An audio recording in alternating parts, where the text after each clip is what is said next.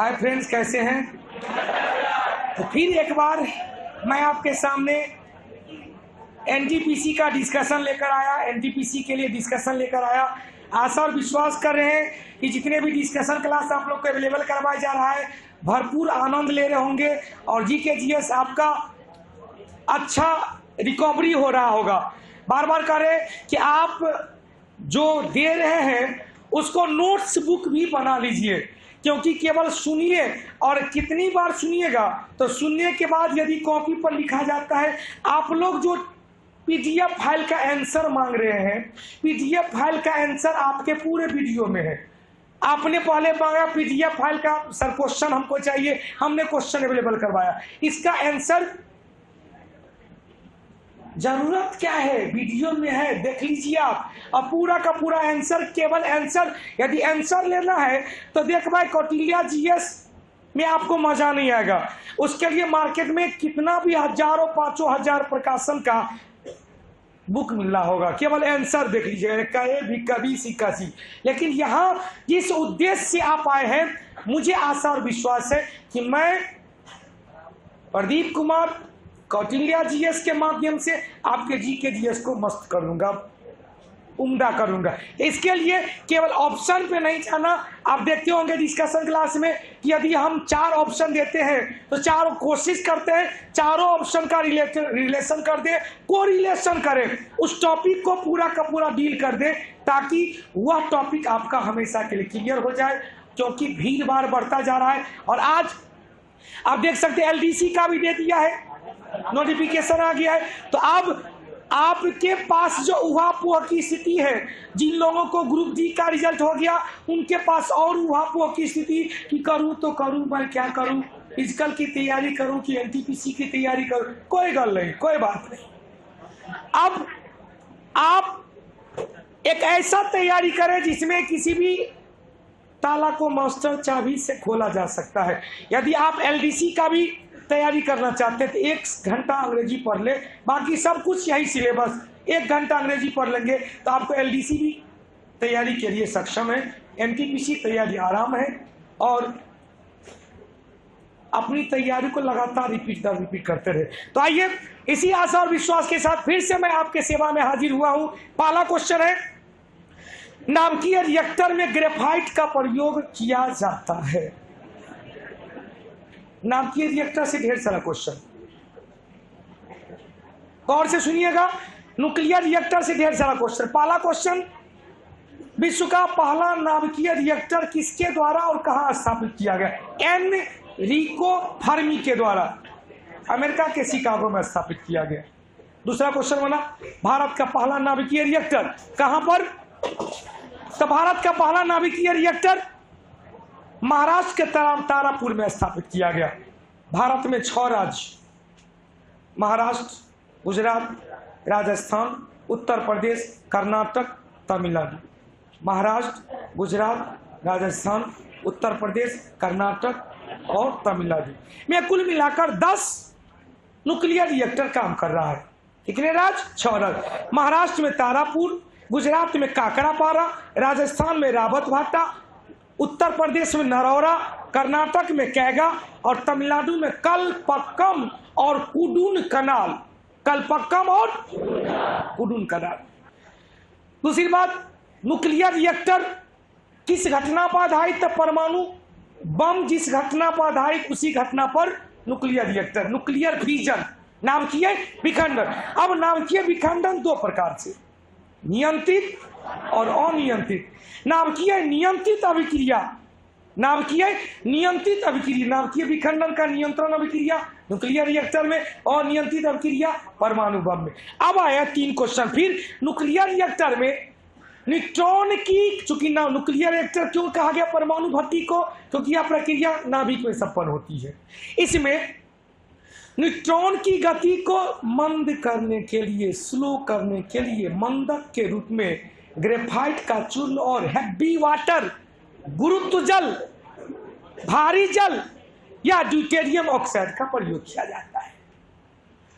Neutron को control करने के लिए कैडमियम और बोरोन का कंट्रोलर का प्रयोग किया जाता है, बोरोन नामक क्षण के कंट्रोलर का प्रयोग किया जाता है।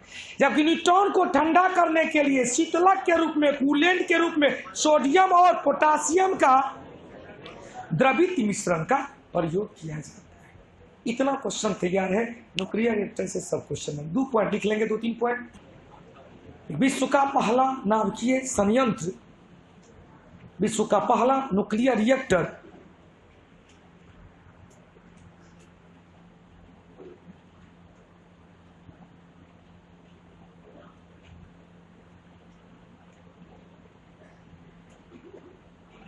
एनरिको फर्मी के द्वारा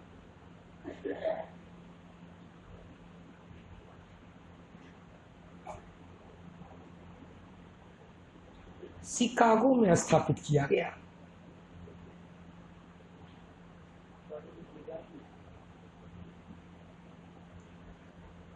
एनरिको फर्मी के द्वारा शिकागो में स्थापित किया गया। फिर अगला पॉइंट, महाराष्ट्र भारत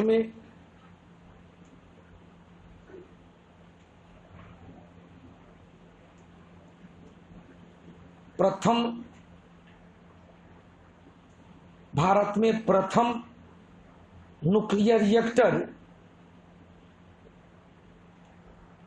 महाराष्ट्र के तारापुर में स्थापित किया गया।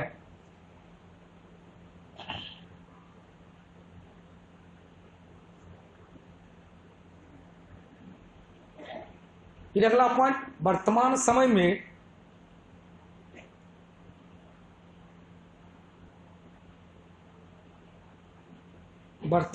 में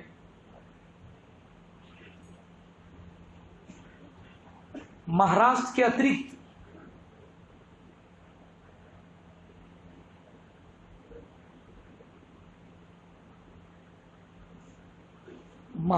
अतिरिक्त गुजरात में काकरापारा,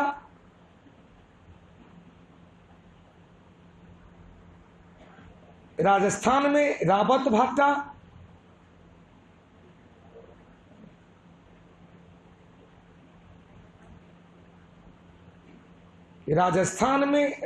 भाटा, उत्तर प्रदेश में नरोरा,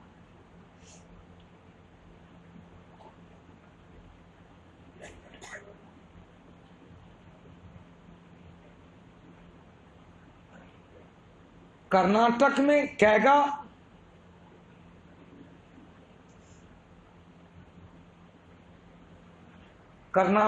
कैगा, तमिलनाडु में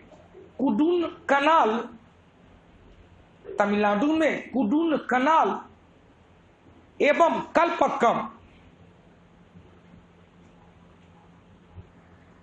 कलपक्कम में स्थापित है।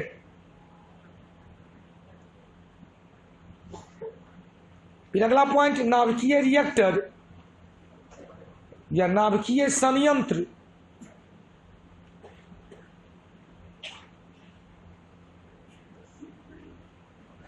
न्यूक्लियर रिएक्टर, जिसे और क्या कहेंगे,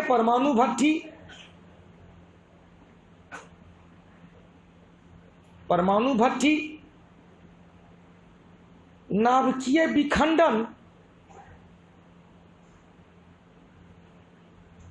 अंग्रेजियों में याद रखेंगे न्यूक्लियर फ्यूजन,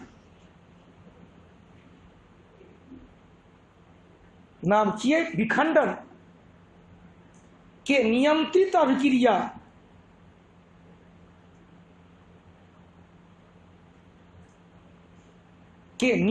अभिक्रिया पर आधारित होता है।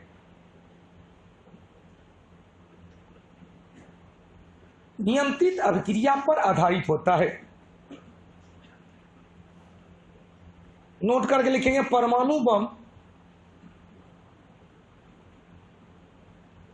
परमाणु बम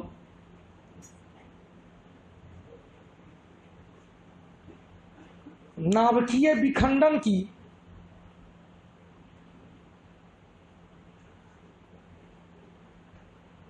अनियंत्रित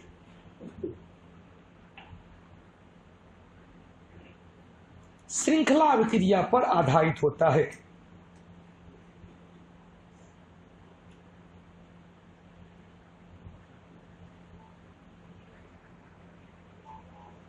तीन क्वेश्चन और बचा। अब लिखें न्यूक्लियर रिएक्टर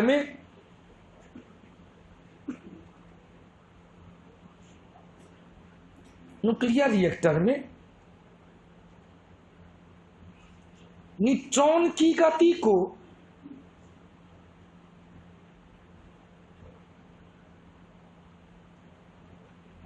मंद या कम करने के लिए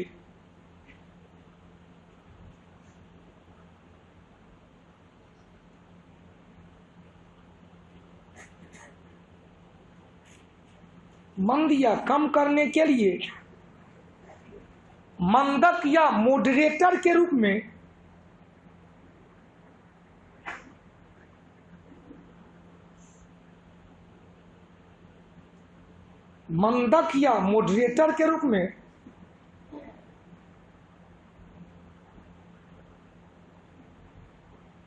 ग्रेफाइट का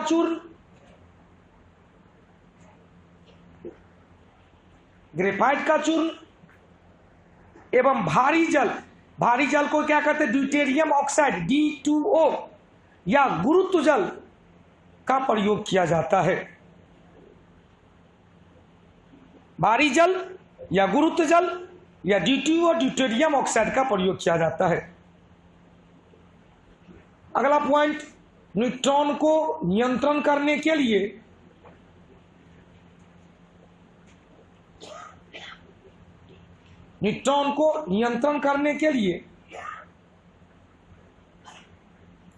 नियंत्रक अंग्रेजी में कंट्रोलर के रूप में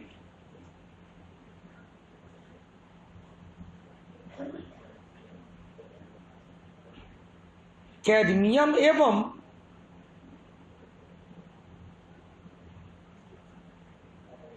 बोरॉन के क्षार का प्रयोग किया जाता है। कैडमियम एवं बोरॉन के क्षार का प्रयोग किया जाता है। और लास्ट बचा, न्यूट्रॉन को ठंडा करने के लिए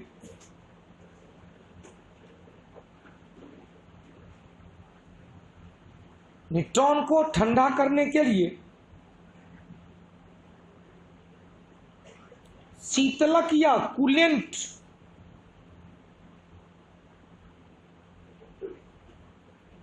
के रूप में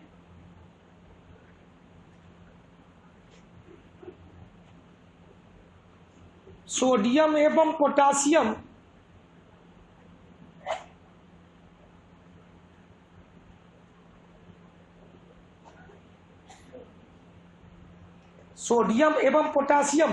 का द्रवित मिश्रण का प्रयोग किया जाता है। सोडियम पोटासियम का लिक्विड मिक्सचर का प्रयोग किया जाता है। उत्तर भी निकल गया होगा। विमंदक मतलब मॉडरेटर ना होके, कंट्रोलर ना होके, कूलेंट ना होके, तीनों में एक याद है। मॉडरेटर को कहेंगे विमंदक। विमंदक मतलब मॉडरेटर, विमंदक मतलब मंदक के रूप में भारी जल और ग्रेफाइट के चूर्ण का प्रयोग किया। उत्तर भी निकल गया होगा, 1 का C। दूसरा क्वेश्चन चलते हैं। लोकटक झील जिस पर जल विद्युत परियोजना है वह किस राज्य में है? मणिपुर। 3 क्वेश्चन निकलता है। मणिपुर में स्थित लोकटक झील पूर्वोत्तर भारत का सबसे बड़ा लवणता वाला झील, विश्व का एकमात्र तैरता हुआ झील, इसे फुडमिस झील कहा जाता है, और विश्व का एकमात्र तैरता हुआ राष्ट्रीय उद्यान कैबुल लाम जाऊ है, जो इसी लोकटक झील में स्थित है। 2 पॉइंट लिखेंगे। उत्तर क्या निकलेगा? मणिपुर। 2 का B नंबर। अब लिखेंगे इसमें मणिपुर में स्थित लोकटक झील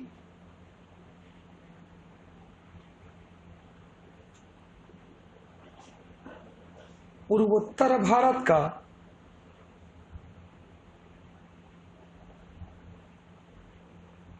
सबसे बड़ा लवणता वाला झील है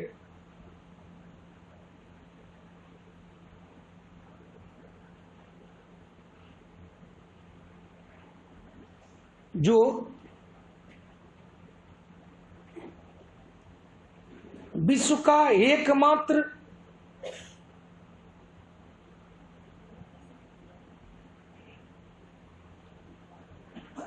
तैरता हुआ झील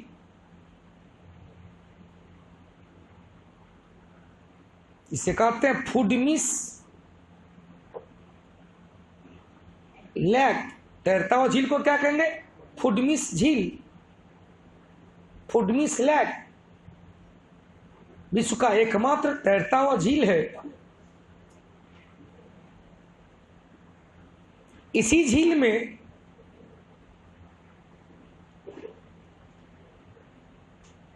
विश्व का एकमात्र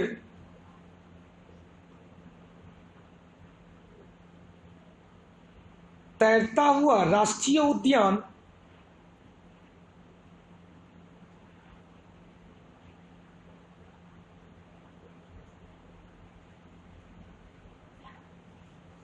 तैरता हुआ राष्ट्रीय उद्यान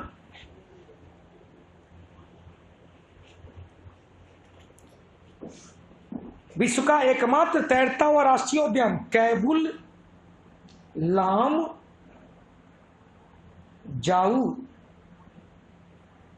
कैबुल लाम जाऊ है। कैबुल लाम जाऊ है। 2 क्वेश्चन मेरे तरफ से एक्स्ट्रा। भारत का सबसे बड़ा लवणता वाला झील उड़ीसा का चिल्का झील, लेकिन भारत का सर्वाधिक लवणता वाला झील राजस्थान का सांभर झील।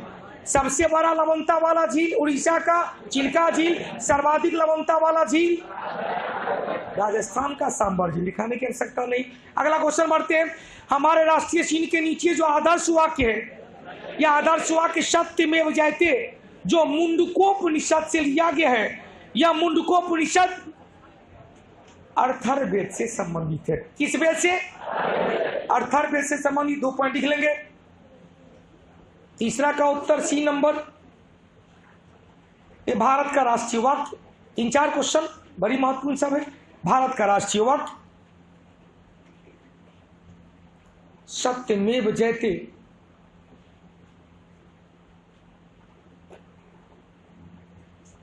जो मुंडकोपनिषद से लिया गया है, मुंडकोपनिषद से लिया गया है, जो अर्थर्ववेद से संबंधित है। जो किस वेद से? अर्थर्ववेद से संबंधित है। अब क्वेश्चन आएगा कि सत्यमेव जयते अशोक के किस स्तंभ लेख पर लिखा हुआ है? तो सारनाथ, उत्तर प्रदेश के बनारस के बगल में स्थित सारनाथ। सारनाथ में अशोक का, मौर्य शासक अशोक का सिंह स्तंभ लेख है, जिसके ऊपरी हिस्से में 4 सिंह आपस में पीठ सटाकर बैठा हुआ है, जिससे सामने से देखने पर 3 दिखाई देता है। इस सिंह स्तंभ के निचली पट्टी में 4 गो पशु है, हाथी, घोड़ा, वृषभ, हाथी, घोड़ा, वृषभ और सिंह। हाथी, घोड़ा, वृषभ, वृषभ मतलब कुबर वाला बैल, सारबुल और सिंह। इस 4 जंतु के बीच में एक एक चक्र है। तो कुल मिलाकर कितने चक्र? 4 चक्र। और यही चक्र हमारे तिरंगा के मध्य में स्थित चक्र जो है वहीं से प्रारूप लिया गया, जिसमें कितनी स्टिक है? 24, जो पृथ्वी के रोटेशन पीरियड का, घूर्णन काल का प्रतीक माना जाता है। इसी सिंह स्तंभ के निचले पट्टी में देवनागरी लिपि में सत्यमेव जयते लिखा हुआ है। यह सत्यमेव जयते भारत का राष्ट्रीय वाक्य है और देवनागरी लिपि भारत की राष्ट्रीय लिपि है। क्लियर?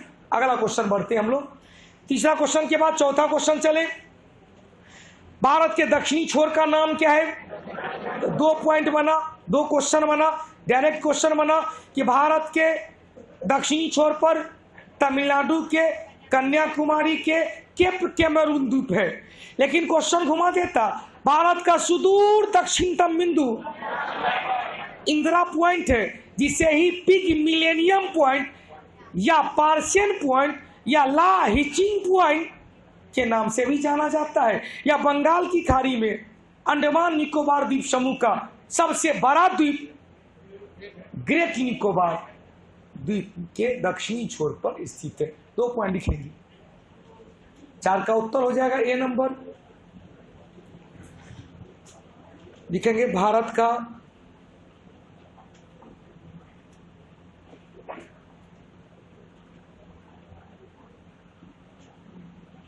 दक्षिणी, जहां सुदूर दक्षिणी रहता है तो इंदिरा पॉइंट, केवल दक्षिणी है तो दक्षिणी छोर।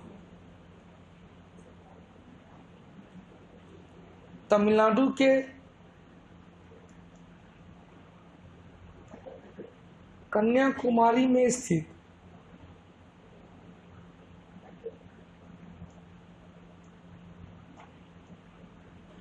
केप कैमरून द्वीप स्थित है।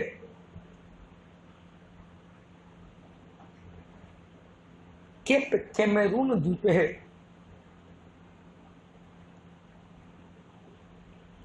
जो 8 डिग्री 4 मिनट उत्तरी अक्षांश पर स्थित है।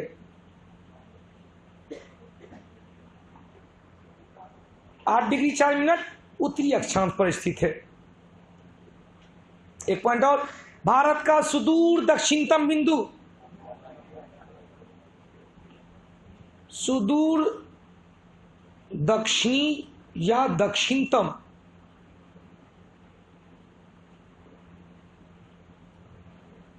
बिंदु इंदिरा पॉइंट है,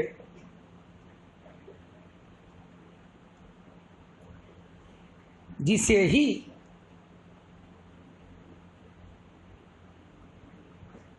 पहले पिग मिलेनियम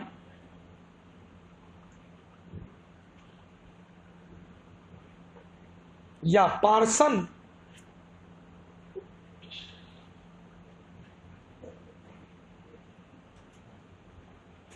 या ला हिचिंग पॉइंट भी कहा जाता था।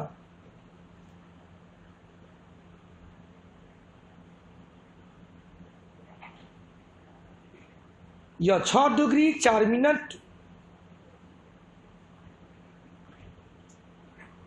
6 डिग्री 4 मिनट उत्तरी अक्षांश पर 6 डिग्री 4 मिनट उत्तरी अक्षांश पर स्थित है। 6 डिग्री 4 मिनट उत्तरी अक्षांश पर स्थित है, जो बंगाल की खाड़ी में ग्रेट निकोबार, बड़ा निकोबार द्वीप में स्थित है। ग्रेट निकोबार द्वीप में स्थित है। 5वां क्वेश्चन का उत्तर क्या निकलेगा 4 का? ये नंबर 5वां क्वेश्चन का, अंतरराष्ट्रीय टेनिस खेल प्रतियोगिता घास का मैदान में कौन खेला जाता है? तो देख भाई 4 गो लॉन टेनिस प्रतियोगिता है। सबसे पहला Australian Open, French, Wimbledon, US. गौर से सुनिएगा, ऑस्ट्रेलियन, फ्रेंच, विंबलडन और यूएस। ऑस्ट्रेलियन जनवरी में, ऑस्ट्रेलियन कब? जनवरी में। मई जून में फ्रेंच, जून जुलाई में विंबलडन, अगस्त सितंबर में यूएस ओपन। चारों का सीक्वेंस याद रखेंगे, ऑस्ट्रेलियन, फ्रेंच, विंबलडन और यूएस। ऑस्ट्रेलियन होता है मेलबोर्न में, फ्रेंच होता है पेरिस में, विंबलडन होता है लंदन में और यूएस होता है न्यूयॉर्क में। अब चारों में देखें, ऑस्ट्रेलियन के मैदान को कहा गया हार्ड मैदान। क्या कहा गया? हार्ड मैदान। फ्रेंच में जो हुआ उसे क्ले, मिट्टी, ऑस्ट्रेलिया में ढाला हुआ मैदान है, जबकि फ्रेंच में जो पेरिस में हुआ मिट्टी है, क्ले कहा गया। विबल्डन में ग्रास है, घास के मैदान में, जबकि यूएस में भी हार्ड है, मतलब ढाला हुआ मिट्टी है। 4 क्वेश्चन बना, 4 क्वेश्चन बनेगा। पहले सीक्वेंस दे देगा, कौन कहाँ होता है और किसके मैदान को क्या कहा गया। जल्दी से सीक्वेंस बना करके लिख लेंगे। उत्तर 5 नंबर, 5 का उत्तर हो जाएगा सी नंबर। अब सीक्वेंस में पहले ऑस्ट्रेलियन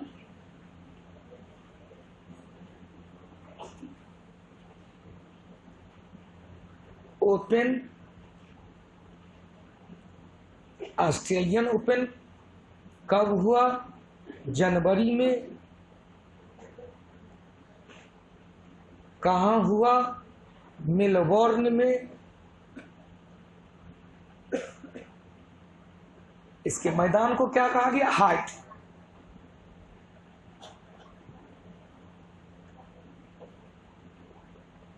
दूसरा फ्रेंच ओपन,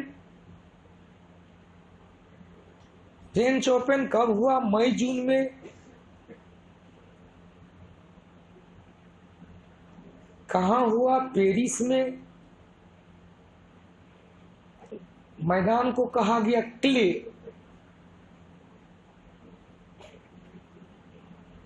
तीसरा विबल्डन, कहाँ कब हुआ? जून जुलाई में। कहाँ हुआ? लंदन में।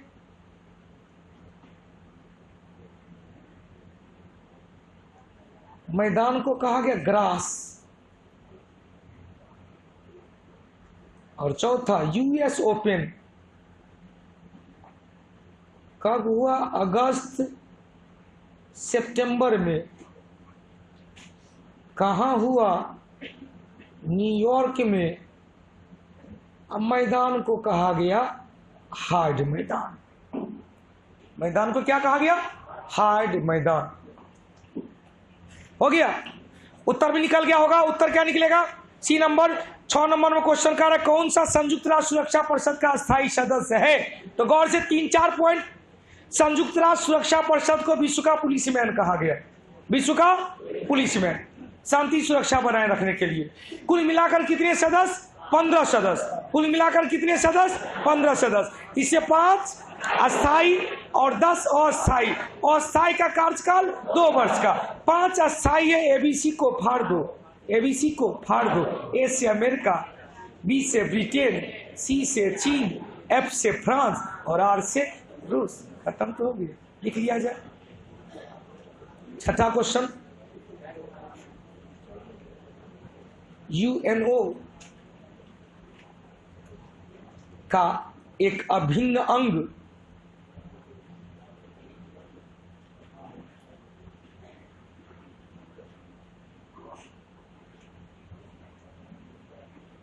सुरक्षा परिषद है।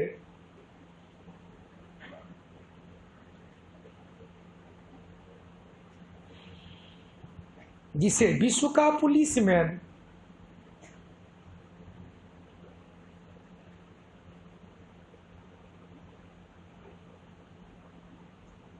कहा जाता है। विश्व का पुलिसमैन कहा जाता है। इसके कुल सदस्य 15,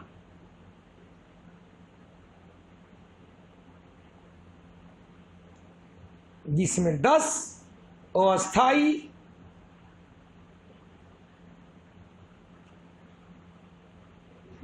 10 अस्थाई कार्यकाल 2 वर्ष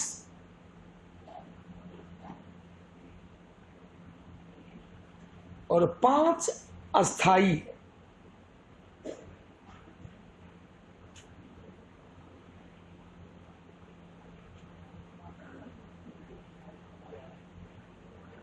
पांच अस्थाई।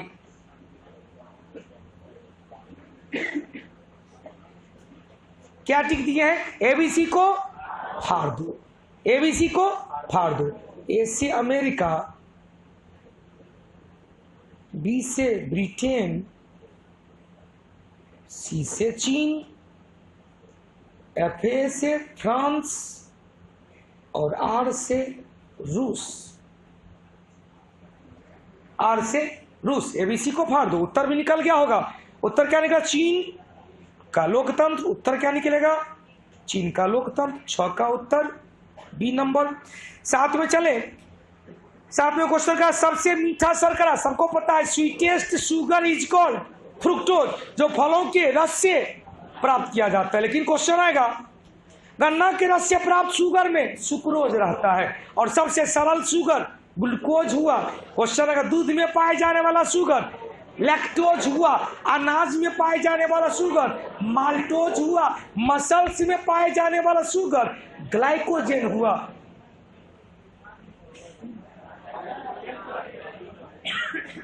सात का सी नंबर। लेकिन सबसे मीठा स्पीड में लिखेंगे, मीठा शर्करा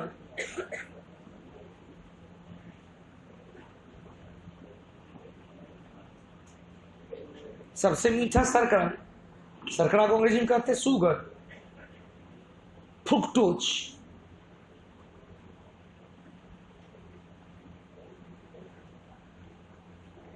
जिसकी प्राप्ति फलों के रस से, जिसकी प्राप्ति फलों के रस से होता है, इसकी प्राप्ति फलों के रस से। दूसरा पॉइंट,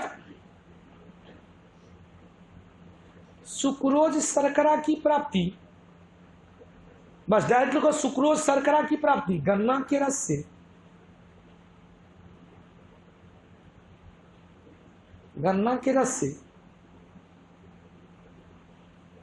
माल्टोज शर्करा की प्राप्ति अनाज से,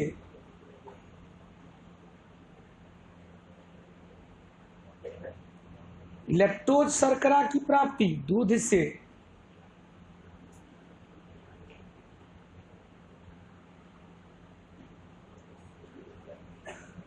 ग्लाइकोजेन शर्करा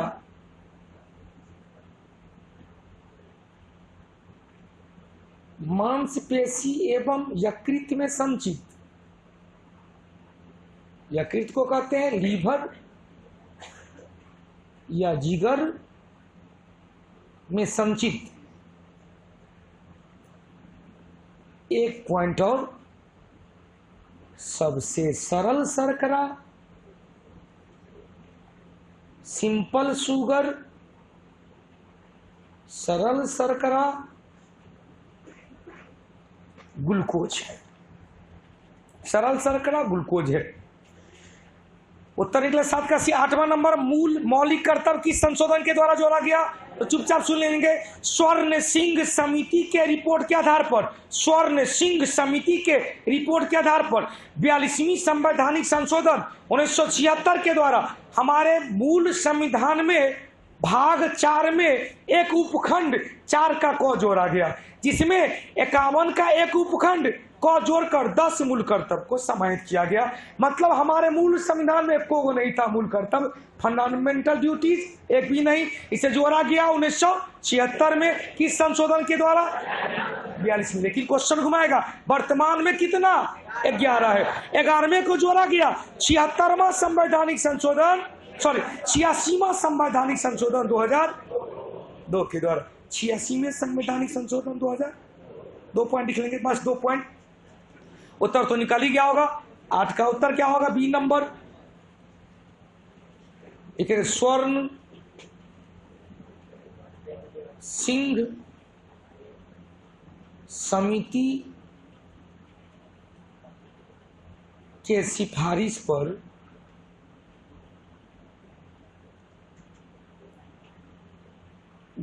में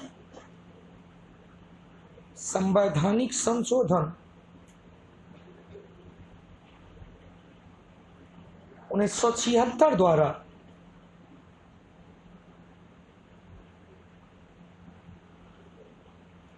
भाग 4 में एक उपखंड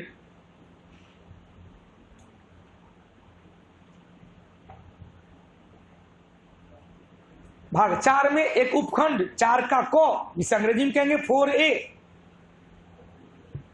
4 का क जोड़कर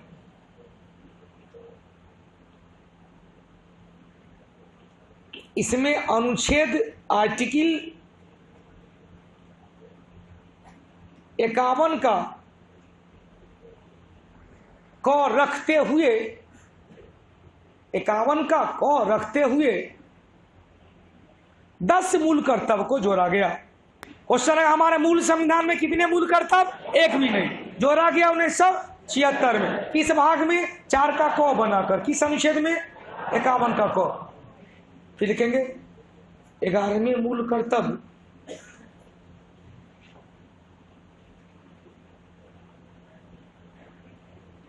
को 86वें संवैधानिक संशोधन 2002 के द्वारा जोड़ा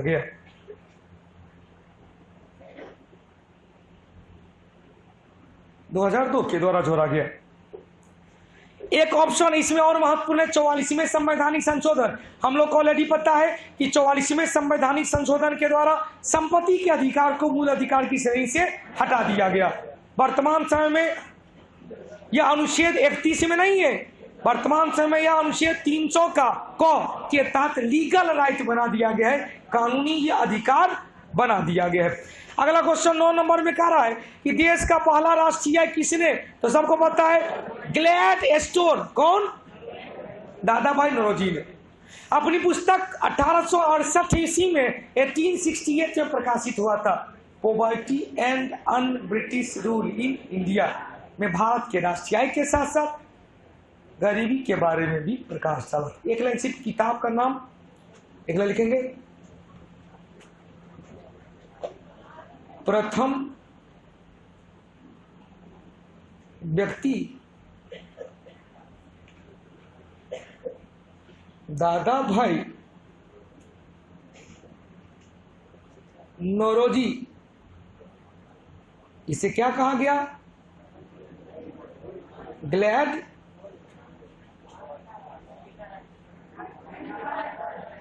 स्टोन। इसे कहा गया ग्लैड स्टोन। ग्लैड स्टोन इसे क्या कहा गया? Glad stone.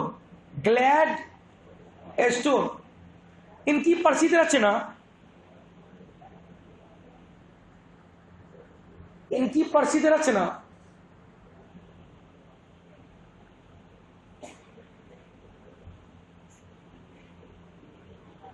Poverty and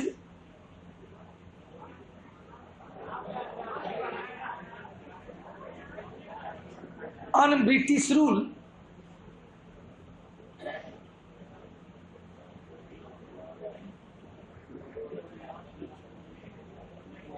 in India.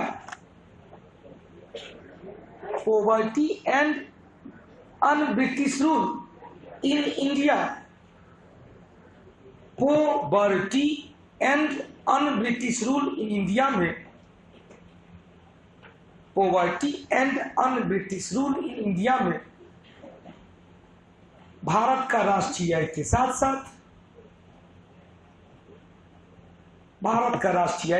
साथ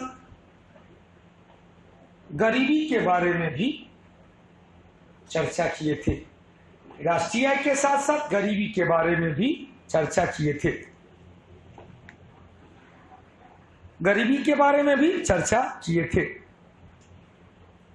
अगला क्वेश्चन कह रहा है 10वां नंबर में, कल भी बताए थे कैबिनेट मिशन भारत कब आया था? 1946। डी नंबर, डेट सिर्फ मान लीजिएगा 24 मार्च 1946। कल हम लोग लिखा दिए थे कि 3 सदस्यीय यह मिशन था, कैबिनेट मिशन, जिसके आधार पर संविधान सभा का गठन किया गया। कैबिनेट मिशन के अध्यक्ष कौन? Sir Pethick Lawrence. Sir Pethick Lawrence. A B Alexander जो नौसेना के प्रधान थे और कलकत्ता व्यापारिक बोर्ड के प्रधान स्टेफोर्ड क्रिप्स थे।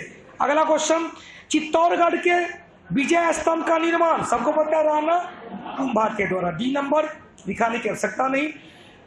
12 नंबर में वेवलेंथ, तरंग दैर्ध्य। वेवलेंथ या तरंग दैर्ध्य का मात्रक क्या है भाई? हर्ट्ज। क्या है मात्रक?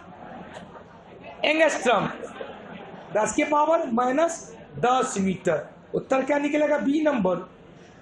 हर्ट्ज है, एंगस्ट्रम है, हेनरी और वेबर है, चारों अलग अलग। यदि क्वेश्चन आ जाए कि तरंग दैर्ध्य का मात्रक 10⁻⁻10 मीटर, जिसे ही एंगस्ट्रम कहा जाता है, उत्तर निकलेगा बी। लेकिन क्वेश्चन आएगा हर्ट्ज किसका? तो आवृत्ति का। हर्ट्ज किसका? आवृत्ति का। हेनरी किसका? तो प्रेरकत्व का, इंडक्टेंस का। जबकि वेबर है चुंबकीय फ्लक्स या चुंबकीय प्रवाह का मात्रक। जहां पर लिखा हुआ है हर्ट्ज किसका? आवृत्ति का, फ्रीक्वेंसी का। हेनरी प्रेरकत्व का, वेबर मैग्नेटिक फ्लक्स, जिसे हिंदी में कहा गया चुंबकीय प्रवाह।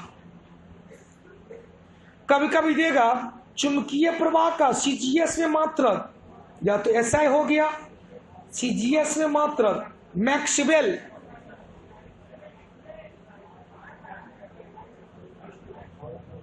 हो गया सीजीएस में मात्रक मैक्सवेल।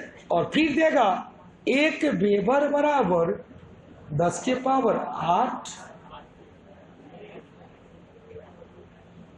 मैक्सवेल। तो 12 का उत्तर हो जाए बी नंबर। 13 नंबर, सफेद प्रकाश स्पेक्ट्रम में नीले पीले रंग के बीच कहां? तो यहां जब ये आया सफेद प्रकाश और स्पेक्ट्रम दे दिया, स्पेक्ट्रम में आधार तल पर विविगियो में वॉयलेट, यह हुआ बेस में, आधार में, और यह हुआ ऊपरी तल पर। इसमें आपको जो भी क्वेश्चन कर रहा है, इसमें कहा है किसके किसके बीच? तो नीला और पीला, पीला और नीला के बीच में कौन आया? हरा आ गया। उत्तर निकलेगा बी नंबर। 1 मोल बराबर, ओ सॉरी, हरा ए नंबर में है, 13 में ए नंबर में हरा है। 14 नंबर चले, 1 मोल बराबर 6.023 गुने 10 के पावर, उत्तर क्या निकलेगा? C number. 15 नंबर का रहा है कि कौन सा अपरूप कार्बन का नहीं है? तो देखो भाई, कल बताए थे कि ग्रेनाइट में सबसे ज्यादा रेडियो सक्रियता का गुण पाया जाता है। ग्रेनाइट एक आग्नेय चट्टान का रूप है। ग्रेफाइट, ग्रेनाइट, दोनों में क्वेश्चन अलग अलग, बड़ी कंफ्यूज होता है। कार्बन का अपरूप में हीरा, ग्रेफाइट और फुलरिन, हीरा, ग्रेफाइट और फुलरिन, जबकि यह तीनों क्रिस्टलीय अपरूप है। जबकि अक्रिस्टलीय में चारकोल है, इसको लकड़ी का कोयला कहते हैं, कोक है, अलकतरा है, काजल है, ये सब क्या हुआ? अक्रिस्टलीय रूप। यहां पर ग्रेनाइट है जो पातालिक आग्नेय चट्टान का उदाहरण है। ग्रेनाइट तो उत्तर होगा नहीं, क्या होगा उत्तर? ग्रेनाइट। तीनों ऊपर में आ गया, 15 का सी। लेकिन यहां पर एक क्वेश्चन मेरे तरफ से, एक कार्बन के 3 क्रिस्टलीय अपरूप, कार्बन के 3 क्रिस्टलीय अपरूप, पहला है हीरा, डायमंड,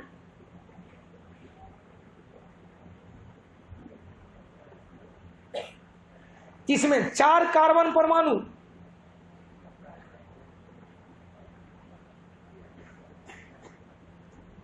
एक दूसरे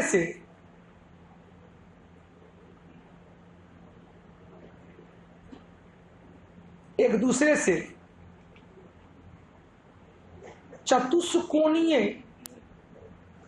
अंग्रेजी में कहते हैं टेट्राहाइड्रल आकृति में सजा रहता है। चतुष्कोणीय आकृति में सजा रहता है।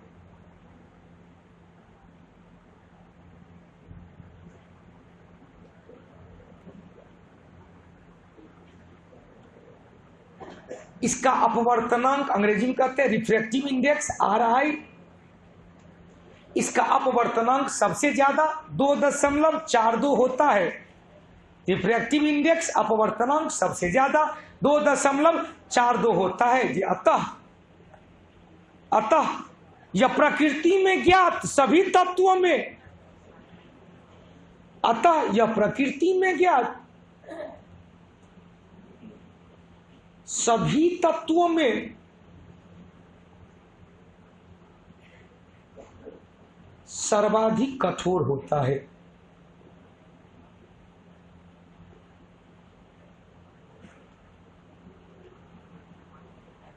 दूसरा लिखेंगे ग्रेफाइट।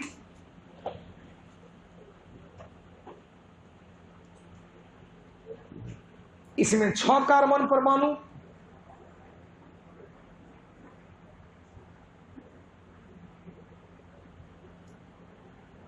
एक दूसरे से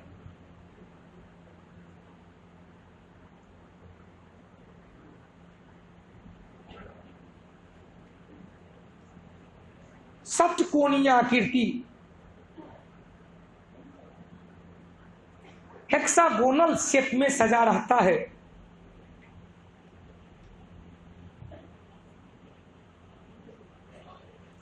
इसमें परत या लेयर भी पाया जाता है।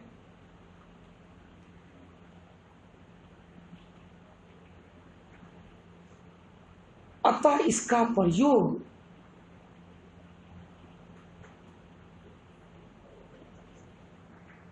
ठोस स्नेहक के रूप में किया जाता है।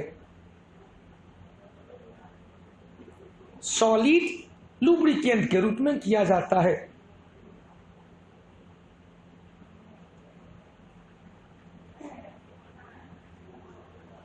एक पॉइंट और, मुक्त इलेक्ट्रॉन के कारण, फ्री इलेक्ट्रॉन के कारण, मुक्त इलेक्ट्रॉन के कारण या विद्युत एवं ऊष्मा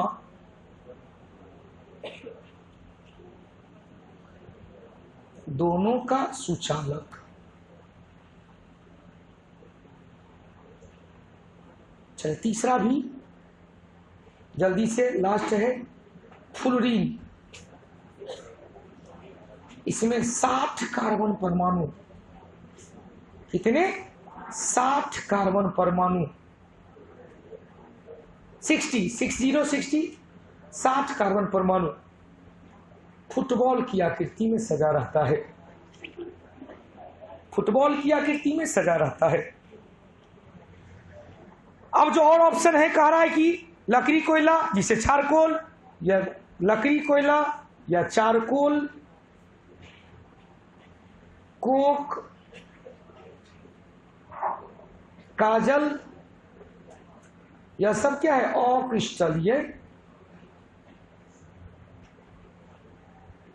अक्रिस्टलीय रूप है।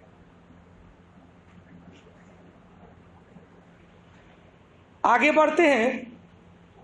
16 नंबर उत्तर भी निकल गया होगा 15 का सी। 16 नंबर में कह रहा सिंधु घाटी सभ्यता के किस स्थान से 6 कतार में अन्न भंडार मिला है? हड़प्पा से बी नंबर। 17 नंबर क्वेश्चन कह रहा है कि जिस समय सिकंदर का आक्रमण, जब ये सिकंदर का आक्रमण हुआ तो सिकंदर का आक्रमण 3 दूनी 6 ईस्वी पूर्व। सिकंदर का आक्रमण 3 दूनी 6 मतलब 326 ईस्वी पूर्व में, ईसा के जन्म से 326 ईस्वी पूर्व में सिकंदर का आक्रमण हुआ। इस समय मगध क्षेत्र में नंद वंश का शासक धनानंद का शासन चल रहा था। उत्तर क्या निकलेगा? ए नंबर। 18 नंबर क्वेश्चन कह रहा है कि आधुनिक जो महाजनपद है उसमें से आधुनिक काल में भागलपुर और मुंगेर में किस शामिल? तो गौर से सुनिएगा। 16 महाजनपद में 3 महाजनपद बिहार में था, 6 महाजनपद उत्तर प्रदेश में, 2 महाजनपद मध्य प्रदेश में, 1 महाजनपद आंध्र प्रदेश में, 1 महाजनपद राजस्थान में, 1 महाजनपद हरियाणा में और 2 महाजनपद वर्तमान भारत से बाहर पाकिस्तान में। पाकिस्तान में था कंबोज जिसकी राजधानी हाटक, गंधार जिसकी राजधानी तक्षशिला। प्रायद्वीपीय भारत में असमक, आंध्र प्रदेश असमक जिसकी राजधानी पोटना थी, राजस्थान में मत्स्य, इसकी राजधानी विराटनगर। हरियाणा में कुरु, इसकी राजधानी इंद्रप्रस्थ थी। बिहार में 3 पालांग, जिसकी राजधानी चंपा, जो वर्तमान भागलपुर मुंगेर के क्षेत्र में है। आपका उत्तर भी निकल गया होगा, क्या निकलेगा? अंग, जिसकी राजधानी चंपा, जो वर्तमान भागलपुर और मुंगेर के क्षेत्र में। दूसरा था बिहार में बज्जी, जिसकी राजधानी वैशाली थी। और तीसरा जो सबसे महत्वपूर्ण था, यह मगध क्षेत्र, जिसकी प्रारंभिक राजधानी राजगीर थी। बिंबिसार ने राजगीर को अपनी राजधानी बनाया। बिंबिसार के पुत्र अजातशत्रु ने भी अपनी राजधानी राजगीर को ही बनाया। अजातशत्रु का पुत्र उदयन ने राजगीर से स्थानांतरित करके इस हमारे पटना को, पाटलिपुत्र को राजधानी बनाया। हर्यक वंश के तीसरे शासक उदयन ने अपनी राजधानी कहां बनाई? पाटलिपुत्र। उत्तर भी निकल गया होगा, क्या निकलेगा उत्तर? B number. 19 नंबर में चले। देख भाई, जैन धर्म में भी त्रिरत्न है और बौद्ध धर्म में भी त्रिरत्न है। बौद्ध धर्म के त्रिरत्न में बुद्धम शरणम गच्छामि, धम्मम शरणम गच्छामि, संघम शरणम गच्छामि। मतलब बुद्ध, धम्म एवं संघ। जैन धर्म के, बौद्ध धर्म के कितने? इसके ठीक अपोजिट जैन धर्म के। देख भाई, हम जो आपको कहते हैं वो जैन धर्म का क्लू रहता है। आप YouTube चैनल पे देखते होंगे, ढेर सारे चैनल है GK/GS का। पटना या कई महानगर में ढेर सारे कोचिंग है GK/GS का। मैथ का होगा, रीजनिंग का होगा, इंग्लिश का होगा। लेकिन बार बार करें हम लोग स्टूडेंट लाइफ में, क्योंकि कभी सास भी पहले बहुत थी, मैं बार बार कहता हूँ, मैं भी पहले आपके तरह कभी स्टूडेंट रह चुका हूँ। और स्टूडेंट का बारीकी से अनुभव है। हम में आप में ये अंतर है कि मैं अपने करियर में लगभग 19 रिजल्ट दे चुका हूं। ईश्वर ने सबको अलग अलग सेक्टर में वहीं से पुट करके भेजा है। न जाने का मन था, सेवा करने का मन था, आप लोग के साथ आए। लेकिन कई ऐसे भी शिक्षक है जिनके पास एग्जाम देने का भी अनुभव नहीं है। एग्जाम कैसे, एग्जामिनेशन हॉल का प्रेशर होता है, कुछ नहीं अनुभव है। अब वो व्यक्ति, अब आप क्या करोगे? आप आते हो तो हम बार बार कहते हैं कोई भी शिक्षक है, शिक्षक है, शिक्षक का आदर करना चाहिए। आप मुझसे जुड़े हो तो पहले तुम विश्वास करो, मैं जो बताऊंगा उसमें एक्यूरेसी बहुत ज्यादा होगी। तो सम्यक विश्वास जब तक नहीं होगा तब तक सम्यक ज्ञान की प्राप्ति नहीं हो पाएगी। और जब तक सम्यक ज्ञान नहीं होगा तो NTPC नामक कर्म या आचरण को कैसे प्राप्त किया जा सकता है?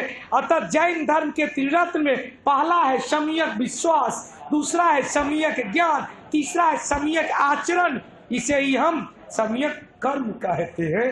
आपका उत्तर भी निकल गया होगा, जैन धर्म।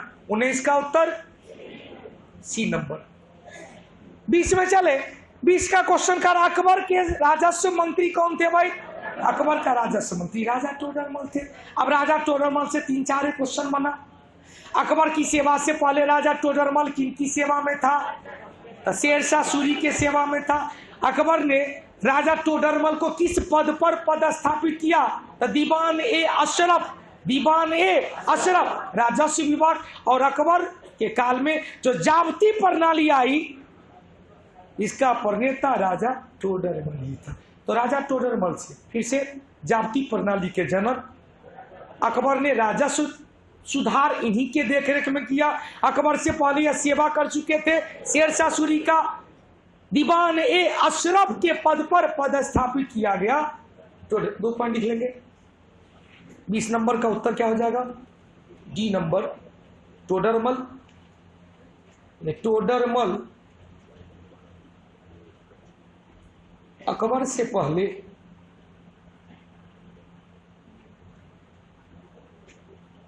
शेरशाह सूरी की सेवा में था। अकबर से पहले शेरशाह सूरी की सेवा में था।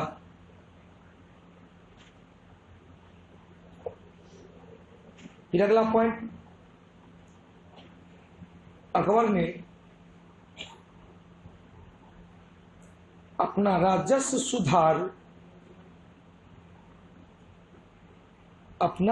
सुधार इन्हीं की देखरेख में करवाया।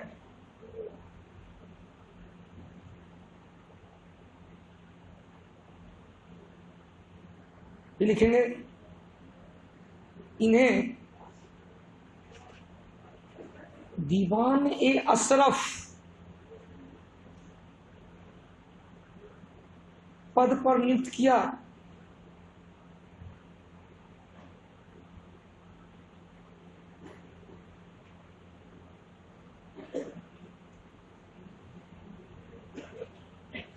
इन्हें ही जाति प्रणाली का जनक कहा जाता है। जाति प्रणाली का जनक कहा जाता है। राजस्व प्रणाली का क्षेत्र था जाति प्रणाली। अब इसी में एगो है बैरम खां जो अकबर का संरक्षक था। बैरम खां अकबर का संरक्षक कब से कब तक? 1556 से 1560। जो मान सिंह है जिनके नेतृत्व में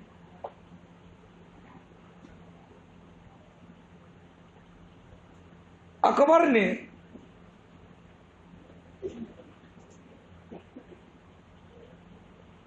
सर्वाधिक युद्ध जीते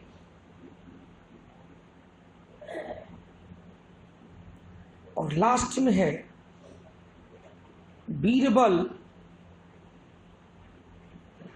जिनका मूल नाम महेश दास।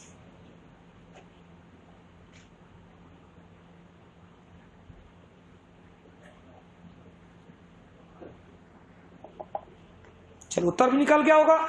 21 नंबर डिस्कशन की कोई आवश्यकता नहीं। अजंता की गुफा 21 नंबर का सी नंबर। अजंता की गुफा जो गुप्तकालीन गुफा है, बता चुका। अजंता में कुल मिलाकर 29 गुफा जिसमें 16, 17, 19 गुप्तकालीन गुफा है। गुफा संख्या 16 में मरी हुई राजकुमारी, मरणासन राजकुमारी का चित्र उतारा गया है। गुफा संख्या 17 में जातक कथा और बच्चे को दूध पिलाती हुई मां का चित्र, और गुफा संख्या 19 में विभिन्न प्रकार के धर्मों से जुड़ा हुआ चित्र। उत्तर क्या है? जातक। अब आया जातक क्या है? तो जातक बौद्ध साहित्य है जिसमें महात्मा बुद्ध के पूर्व जन्म की 200 कहानी की चर्चा है। जातक एक बौद्ध साहित्य, जातक एक जिसमें महात्मा बुद्ध के पूर्व जन्म की 200 कहानी की चर्चा किया गया। उत्तर निकल गया होगा।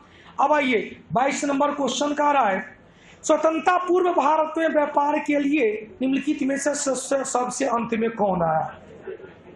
तो पहले इस कंपनी की स्थापना हो जाए उसी में छटा जाएगा। जब यूरोपीय कंपनी का भारत आगमन हुआ तो भारत में व्यापार वाणिज्य करने के लिए कई यूरोपीय कंपनी की स्थापना किया गया। इसमें पुर्तगाली ईस्ट इंडिया कंपनी 1498 में, अंग्रेजी ईस्ट इंडिया कंपनी 1600 में, डच ईस्ट इंडिया कंपनी 1602 में, डेविस ईस्ट इंडिया कंपनी 1616 में, फ्रेंच ईस्ट इंडिया कंपनी 1664 में, स्वीडिश ईस्ट इंडिया कंपनी 1732 में। अब उत्तर आपके पास है। उत्तर क्या निकलेगा? यदि स्वीडिश रहता तो स्वीडिश मार देते, लेकिन स्वीडिश से पहले कौन है? फ्रेंच है।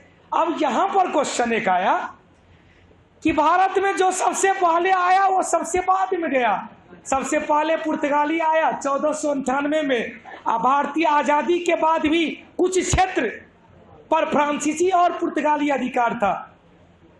फ्रांसीसी का क्षेत्र था पुर्तगाल, फ्रांसीसी का क्षेत्र था पुडुचेरी, जिसे 1954 को भारत सरकार को दिया। लेकिन गोवा 1961 ईस्वी में गोवा मुक्ति संग्राम के द्वारा गोवा को पुर्तगालियों ने भारत सरकार के अधीन छोड़ा, बाद में गोवा केंद्र शासित प्रदेश फिर राज्य का दर्जा प्राप्त कर पाया। क्लियर? उत्तर भी निकल गया होगा। क्या होगा? सी नंबर 22 का उत्तर सी नंबर। 23 में चले, भारत की संविधान सभा के गठन के लिए कोई डिस्कशन नहीं, कैबिनेट मिशन 24 मार्च 1923 नंबर का बी। आगे बढ़ते हैं। भारतीय संविधान के अनुसार संघ के मंत्री किसकी इच्छा पर काम करता है? व्यक्तिगत रूप से राष्ट्रपति के प्रति जिम्मेदार होते हैं, जबकि सामूहिक रूप से लोकसभा के प्रति। व्यक्तिगत रूप से राष्ट्रपति के प्रति, सामूहिक रूप से लोकसभा के प्रति। उत्तर क्या निकलेगा 24 का? D number. एक लाइन इसमें लिख लेंगे। देखिए, मंत्रिपरिषद का सदस्य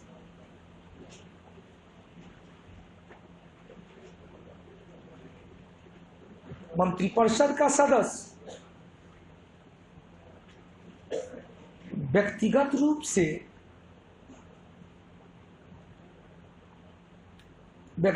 से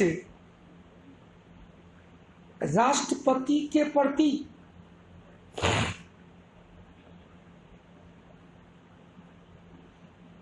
जिम्मेदार होते हैं,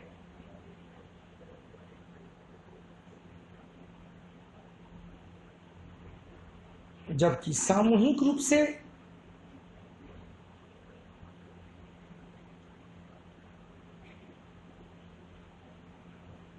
लोकसभा के प्रति। सामूहिक रूप से लोकसभा के प्रति। एक बार जल्दी से देखिए। अब राष्ट्रपति मंत्रिपरिषद के एक या एक से अधिक मंत्री को बर्खास्त कर सकते हैं या उन्हें त्यागपत्र देने को कह सकते हैं, लेकिन जब लोकसभा ही भंग हो जाएगा तो मंत्रिपरिषद स्वतः समाप्त हो जाता है। अतः सामूहिक रूप से लोकसभा के प्रति, व्यक्तिगत रूप से। अगला क्वेश्चन 25 नंबर का रहा है। उत्तर 24 का क्या निकलेगा? D number. 25 नंबर का रहा है। बी वाला किस को रक्तदान कर सकता है? तो कुछ नहीं, 4 गो पॉइंट याद रखेंगे। ए दे सकता अपने और ए बी को, बी दे सकता अपने और ए बी को, ओ दे सकता है सबको, ए को, बी को, ए बी को और ओ को, और ए बी दे सकता है केवल ए बी को। अब यहां पर ओ दे सकता है सबको, अतः यूनिवर्सल डोनर कहा गया। अब ले सकता है, ए ले सकता है ओ से और खुद ए से, बी ले सकता है बी से, ओ से, ए बी ले सकता है सब से, अतः यूनिवर्सल एक्सेप्टर, सर्वग्राही कहा गया। लेकिन ओ केवल लेगा ओ से।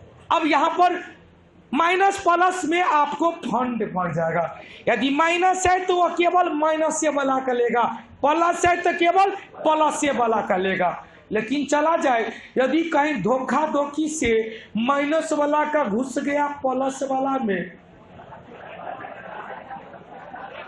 चिंता की बात नहीं है।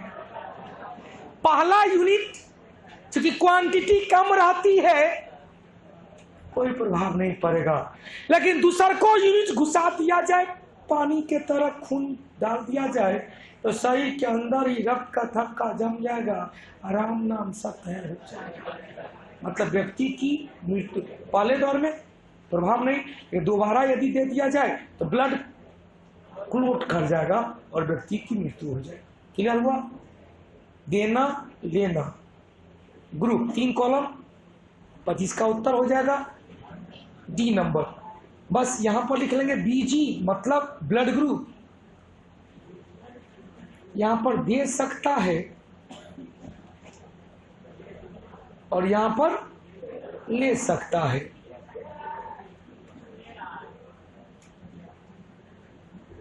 ए दे सकता है ए को और ए बी को, ले सकता है ए से ओ से, बी दे सकता है बी और ए बी को, ले सकता है बी और ओ से, ओ दे सकता है सबको ए बी ओ और ए बी को, ले सकता है केवल ओ से, ए बी दे सकता है केवल ए बी को ले सकता है ए से, बी से, ओ से और ए बी से।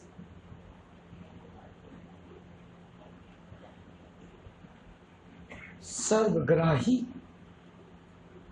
ए बी को कहा गया और ओ को कहा गया सर्वदाता। सर्वदाता। तो ये 25 क्वेश्चन का आपका सेट था जो YouTube पे आप लगातार देखते आ रहे हैं। तो मस्ती से देखेंगे, बार बार कह रहे हैं कि खूब प्रैक्टिस करेंगे। मैं आपका साथ हूं और आप लोग जो कह रहे हैं कि ऑनलाइन ये चीज भी देखें। आप किसी भी तरह से कौटिल्य जीएस से जुड़े रहे। मैं आपको विश्वास दिलाता हूं जीके जीएस जहां तक आप नहीं सोचे होंगे उससे 4 कदम ज्यादा जाएगा। इसी के साथ एक बार फिर मैं बता दूं, अधिक से अधिक लोगों को एनटीपीसी में पास कराने का आप लोग ही प्रयत्न करें, क्योंकि इस जीके जीएस को अधिक से अधिक लोगों को सब्सक्राइब करने के लिए कहें, शेयर करें, लाइक करें, कमेंट करें, क्योंकि आपके कमेंट पर के अनुसार ही मैं अगला कदम उठाता हूं। और आप देखते होंगे आपके कमेंट को, मैं प्रत्येक कमेंट को देखता हूं और जिसमें लगता है कि कमेंट को रिप्लाई किया जाए उसमें मैं अपने कमेंट भी देता हूं, रिप्लाई भी करता हूं। इसी सब के साथ फिर से मिलते हैं अगले एपिसोड में। तब तक सजग रहें, जागे रहें, खूब पढ़ें, मस्त रहें। जय हिंद, जय भारत, जय कौटिल्य।